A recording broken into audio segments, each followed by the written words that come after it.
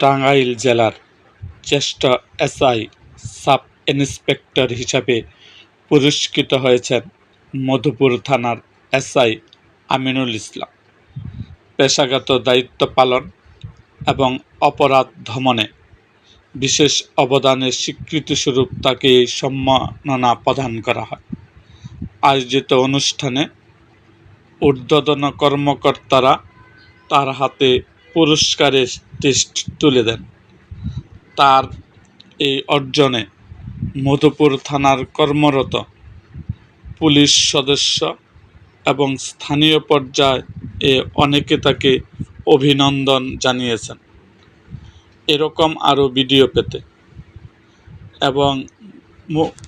এবং রাজনৈতিক অঙ্গনের নানা ঘটনা ও ইতিহাস জানতে আমাদের মুক্তাগাছার ইতিহাস মিডিয়া ইউটিউব চ্যানেলটিকে সাবস্ক্রাইব করুন এবং পাশে থাকা বেল আইকনটি বাজিয়ে দিন।